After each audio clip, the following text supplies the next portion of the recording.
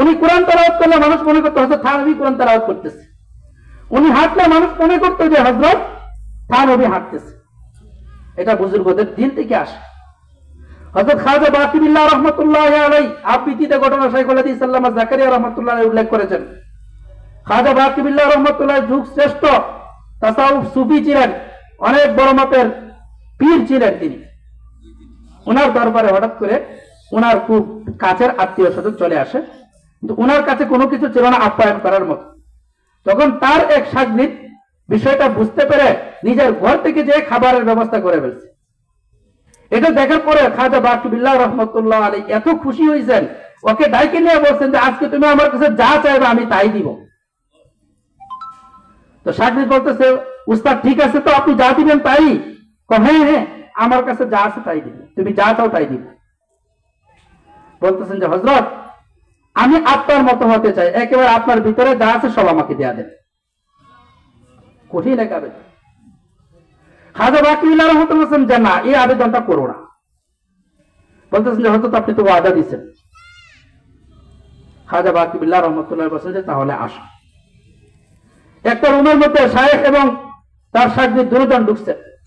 ঢোকার পরে খাজা বাকি বিল্লাহ রাহমাতুল্লাহি আলাইহি তাকে জড়ায় অনেকক্ষণ ধরে রাখছে। ধরে রাখার পর যখন তাকে ছেড়ে দিয়েছেন, রুম খোলা হলো, সবাই দেখতেছে যে দুইজন খাজা বাকি বিল্লাহ রুম থেকে বের হইতেছে। তবে একজন স্থির, আর একজনের মধ্যে অস্থিরতা একটু বেশি। কিছুক্ষণ পর দেখা গেছে যে লোকটাকে খেলাফত দেওয়া হয়েছে, যাকে ধরা হয়েছিল শাগরিদ, একটু পরে ঠান্ডা হয়ে গেছে, ইন্তেকাল করে গেছে। মানে ওই ভিতরের যে পুরো এলেমটা একসাথে সে তাহমুল করতে পারে না, সহ্য করতে পারে না, শেষ হয়ে গেছে। তার মানে বুজুর্গদের দিল থেকে একটা জিনিস অবশ্যই আসে, এটা আছে। তো থানভী রহমতুল্লাহ আলাইহির সোহবতে এসে খাজা আব্দুল হাসান মুজ্জব রহমতুল্লাহ আলাইহি অবস্থা হয়েছে। উনি একদিন হাঁটতেছেন, হাঁটার পরে কাদা বৃষ্টি ছিল, এক যুবক আর এক যুবতী অবৈধ প্রেমে লিপ্ত ছিল, ওরাও হেঁটে যাচ্ছে। তখন উনি বৃদ্ধ মানুষ লাঠি দিয়ে হাঁটতেছেন, তো এই পাড়া পড়ছে, পাড়া পড়ার পরে কিছুটা কাদা ওই যুবতীর গায়ে পড়ছে। এটা যুবক সহ্য করতে পারেন, ওনাকে ধাক্কা দিয়ে ফেলাই দিচ্ছে, চিনতে পারেন। ফেলাই দেওয়ার পরে উনি কোন রকম উঠছেন, ওঠার পরে উনি হাঁটা দিচ্ছেন। হাঁটা দেওয়ার পরে এদিকে তখন যুবতীর কাছে আসছে, আসার পরে দেখে যে সে আর উঠতে পারতেছে না, মানে তার পা অবস্থা হয়ে গেছে, সে পড়ে গেছে, সে উঠতে পারতেছে না। তখন লোকেরা বলছে, মিয়া যে বেয়াদবি তার সাথে করছো, তার কাছে তাই মাপ চাও। ওই যুবক দ্রুত যে তার কাছে মাপ চাইল। তখন হযরত খাজা আব্দুল হাসান মুজ্জব রহমতুল্লাহ আলাইহি বলছেন যে মিয়া শোনো, তুমি আমার কাছে মাপ চাওয়ার আগেই, আমি যখন পড়ে গেছি, পড়ার থেকে ওঠার আগে আমি তোমাকে মাফ করে দিছি, যাও ওকে টেনে উঠাও। তবে শুনে রাখো, তুমি যেরকম ভাবে তাকে মহব্বত করো, তার গায়ে কাদা লাগার কারণে তুমি সহ্য করতে পারো নাই, ঠিক অনুরূপ ভাবে আমাকেও একজন মহব্বত করে তুমি যে ধাক্কা মেরে পালাই দিছো, এটা উনি সহ্য করতে পারেন। কার দরবারে যে এত মাকাম অর্জন করছেন? হযরত থানভী রহমাতুল্লাহ আলাইহির দরবারে যে এই মাকাম উনি অর্জন করছেন। তো বুজুর্গদের সোহবতের প্রভাব এটা আছে। এই হযরত থানভী রহমাতুল্লাহ আলাইহি উনি এত পরিমাণ কিতাব লিখছেন।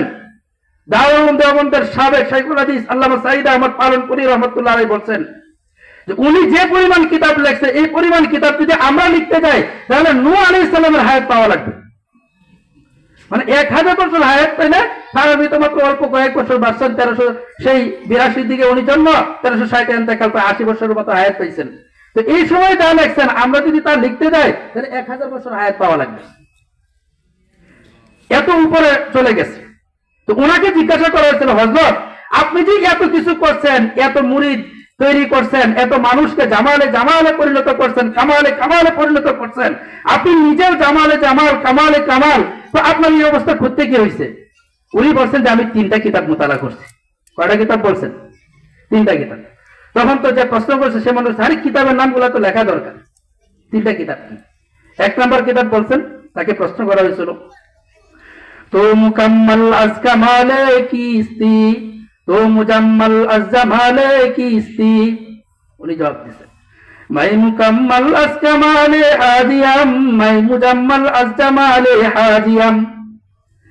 তুমি যে প্রশ্ন করছো আমি কামালে কামাল জামালে জামাল কিভাবে হইলাম, মূলত আমি এক নম্বর কিতাব পড়ছি, সেটা হলো সেই কিতাবের নাম হলো হযরত মাওলানা হাজী এমদাদুল্লাহ মুহাজির মক্কি রাহমাতুল্লাহ আলাইহি। মানে তার সোহবতে যে আমার আজকে অবস্থা, উনিও যে এত মাকাম অর্জন করছেন আরেকজন কিসের, আরেকজন পীর এবং শাইখের সোহবতে যে। আরেকটা কিতাবের নাম বলছেন হযরত মাওলানা ইয়াকুব নানুতুবি রাহমাতুল্লাহ আলাইহি দারুল উলুম দেওবন্দের শাইখুল হাদিস ছিলেন, 1300 হিজরিতে ইন্তেকাল করেন। আরেকজন বানি দারুল উলুম দেওবন্দের একজন আল্লামা কাসেম নানুতুবি রাহমাতুল্লাহ আলাইহি 1297 হিজরিতে ইন্তেকাল করেন। এই তিন কিতাবের নাম বলছে, মানে তিনজন শাইখের সোহবত আমি গ্রহণ করার কারণে আজকে অবস্থা। বুজুর্গদের সোহবতের প্রভাব। হযরত মুফতি আজম পাকিস্তান আল্লামা মুফতি মোহাম্মদ শফি রহমতুল্লাহ আলাইহি, উনি দারুল উলুম দেওবন্দের কৃতি সন্তান ছিলেন। উনি তানবীর দরবারে যাওয়ার পরে কি অবস্থা হয়েছে, ইলমে জাহির যেরকম ভাবে উনি শিখছেন, ইলমে বাতিনও তিনি সেই রকমই শিখছেন। উনি একটু হেঁটে যাচ্ছেন, হযরত থানভী রহমতুল্লাহ আলাইহি তার পীর মুফতি শফি রহমতুল্লাহ আলাইহির পীর থানভী রহমতুল্লাহ আলাইহি পাশের জনকে জিজ্ঞাসা করতেছে যে তুম জানতা হো এ কোন যা রাহা হ্যায়, তুমি কি জানো এই লোকটা কে যাইতেছে? ওই সময়তে জবাব দিলেন, জি হযরত, এ তো हमारे মুফতি শফি যা রাহা হ্যায়, তো আমাদের মুফতি শফি যাইতেছে। থানভী রহমতুল্লাহ আলাইহি বলছেন যে নেহি, এ সির্ফ মুফতি শফি নেহি, এ শুধুমাত্র মুফতি শফি না, এ তো উন हस्तियों में से है जिनकी सर की बल से लेकर पैर के नाखून तक पूरा की पूरा इल्म है। সে তো এমন ব্যক্তি যার মাথার চুল থেকে নিয়ে পায়ের নখ পর্যন্ত পুরা কে পুরা ইলমে ভরপুর, ইলমে নবুওয়াতে ভরপুর। এই এত উপরে উঠছেন কার সোহবতে, যে হযরত থানভী রহমতুল্লাহ আলাইহির সোহবত। এই সাক্ষ্যটা হযরত উমর রাদিয়াল্লাহু তাআলা আনহু হযরত আব্দুল্লাহ ইবনে মাসউদ রাদিয়াল্লাহু তাআলা আনহু ব্যাপারে বলেছিলেন যে কুনাইকুন মুলিআ ইলমান ওয়া ফি রিওয়ায়াতিন মুলিআ ফিকহান। আব্দুল্লাহ ইবনে মাসউদ তো এমন ব্যক্তি যার পুরা মাথা থেকে নিয়ে পা পর্যন্ত একটা পাত্র, আর পুরো পাত্রটা হলো একেবারে ইলমে নবুওয়াতে ভরপুর। আমাদের চট্টগ্রামের আল্লামা জমিরুদ্দিন চাঁদগামী রহমতুল্লাহ আলাইহি, উনি মুরিদ ছিলেন হযরত গাঙ্গুহি রহমতুল্লাহ আলাইহি। ইমামে রব্বানি আবু হানিফা ইসানি আল্লামা রশিদ আহমদ গাঙ্গুহি রহমতুল্লাহ আলাইহির মুরিদ ছিলেন। আল্লামা জমিরুদ্দিন নানুপুরি রহমতুল্লাহ আলাইহি হাটহাজারীর বাণীর একজন, প্রতিষ্ঠাতাদের একজন। ওনাকে জিজ্ঞাসা করা হয়েছিল যে তুমি গাঙ্গুহির দরবারে যাওয়া আসা করো, কি পাইছো এখানে যায়? উনি জবাব দিয়েছেন, খারেরা গুলজার কর দে হযরতা, নূরেরা আনওয়ার কর দে হযরতা, দানরা अंबार कर दे हजरता, कतरा अनहार कर दे हजरता, राना मोदी साहिबे उजार रा दाखिले अबरार कर दे हजरता, बड़ा अजीजी दिल शिकस्ता बेहुरार शफकते बसियार कर दे हजरता। কি বলছেন? উনি বলছেন খারেরা গুলজার কর দে হযরতা, নূরেরা আনওয়ার কর দে হযরতা। উনার দরবারে যায় কি হয়েছে জানো? আমি একটা কাঁটা ছিলাম, কাঁটা। উনার দরবারে যেয়ে আমি ফুলে রূপান্তরিত হয়েছি। এরপরে কি বলছেন? খারেরা গুলজার কর দে হযরতা, নূরেরা আনওয়ার কর দে হযরতা। আমি অল্প একটু প্রদীপ ছিলাম, সে তার দরবারে যে বিশাল প্রদীপে রূপান্তরিত হয়েছে। এরপরে বলছেন দানারা अंबार कर दे हजरता, कतरा अनहार कर दे हजरता। আমি ছোট্ট একটা চারা ছিলাম, সেখান থেকে বিশাল এক বট গাছে রূপান্তরিত হয়েছি। আর আমি এক ফোঁটা পানি ছিলাম, সেখান থেকে বিশাল সমুদ্রে পরিণত হয়েছি তার দরবারে যে। এরপরে কি বলছেন? রানা মুদি সাহেবে উজারেরা দাখিলে আবরার কর দে হযরতা। আমি ছিলাম বদ লোকদের সঙ্গী, আমি তার দরবারে যেয়ে এখন সৎ লোকদের সঙ্গী হয়ে গেছি। এরপরে উনি বলছেন সর্বশেষ, বড় আজিজি দিল শিকাস্তা বেহুনর শফকতে বসিয়ার কর দে হযরতা। অনেক মানুষকে দেখছি যারা গুনাহ করতে করতে করতে করতে জীবনটাকে নষ্ট করে ফেলছে, এখন চিল্লাইতেছে, শেষ করেছে, ছটফট করতেছে, কি করলাম রাস্তা পাচ্ছে না। উনার দরবারে যাওয়ার পরে যখন সেই দরবার থেকে বাড়িতে ফিরছে, তখন দেখা গেছে যে উনি হাসি মুখে ফিরতেছে। এটা হলো বুজুর্গদের চোখ। আমাদের ভিতরে কি সে ফিকির আছে? আমরা যাচ্ছি একদিকে আর তাকায় আছি আরেকদিকে। কি কদম সুয়ে মরকদ নজর সুয়ে দুনিয়া, কদম সুয়ে মরকদ নজর সুয়ে দুনিয়া, কিধর যা রহা হে কিধর দেখ রহা হে।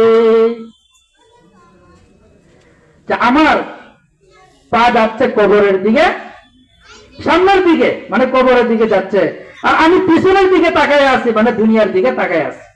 তো চলতেছি সামনের দিকে, তাকায় আছি দুনিয়ার দিকে, তাহলে হুচট খেয়ে পড়ে যাব না? পড়ে যাব। এই দুনিয়ায় আমরা এখন মত্ত হয়ে গেছি, দুনিয়ায় মত্ত হয়ে গেছি। আমরা যে মুসলমান, মুসলমানের যে পরিচয়, মুসলমানের যে গায়রত, আত্মমর্যাদা, এগুলো কিছুই নাই এখন। আমাদের দিলটা নেফাকে ভরপুর হয়ে গেছে। এটার ভিতরে যত ধরনের অসুস্থতা, পোকামাকড় বাধা বাঁধছে, সেটা চিকিৎসা করার নামে কোনো খবর নেই। এজন্য এক কবি আফসোস করে বলছেন, হতে পারো সাইয়েদ তুমি, মির্জা তুমি, পাঠান তুমি, হতে পারো সাইয়েদ তুমি, মির্জা তুমি, পাঠান তুমি, কিন্তু কি যে বলতে পারো খাঁটি মুসলমান যে তুমি। রুহে নাই অনুভূতি, অন্তরে না জ্বালা আছে, মুহাম্মাদের পয়গামের ওই মর্যাদা নাই তোদের কাছে। রাসূলের উম্মত, তোমার তো এটা অনেক গর্ব করার কথা, শেষ অনেক গর্ব করার কথা। তো তুমি বংশের বড়াই করতেছো, আমি অমুক আমি তমুক, সবকিছুই বলতে পারতেছো, কিন্তু তোমাকে যদি প্রশ্ন করা হয় তুমি খাঁটি মুসলমান কিনা, সেটা কি তুমি বলতে পারবা যে তুমি খাঁটি মুসলমান? আর মুহাম্মদ সাল্লাল্লাহু আলাইহি সাল্লামের পয়গামের, ওনাকে যে পয়গাম দিয়ে পাঠানো হয়েছিল, যে মিশন দিয়ে পাঠানো হয়েছিল, সেই মিশনের নামে তো আমাদের খবরই। তো এইসব অনুভূতি আমাদের দিলে জাগ্রত করার জন্য অবশ্যই আমাদেরকে বুজুর্গদের সোহবতে যেতে হবে, হাক্কানি আলেম ওলামাদের সোহবতে যেতে হবে। আল্লাহ পাক রব্বুল আলামিন আমাদেরকে বুঝার, আমল করার তৌফিক দান করুন। ওয়া আখিরু দাওয়ানা আলহামদুলিল্লাহি রাব্বিল আলামিন। ওয়াসসালামু আলাইকুম ওয়া রাহমাতুল্লাহি ওয়া বারাকাতুহু।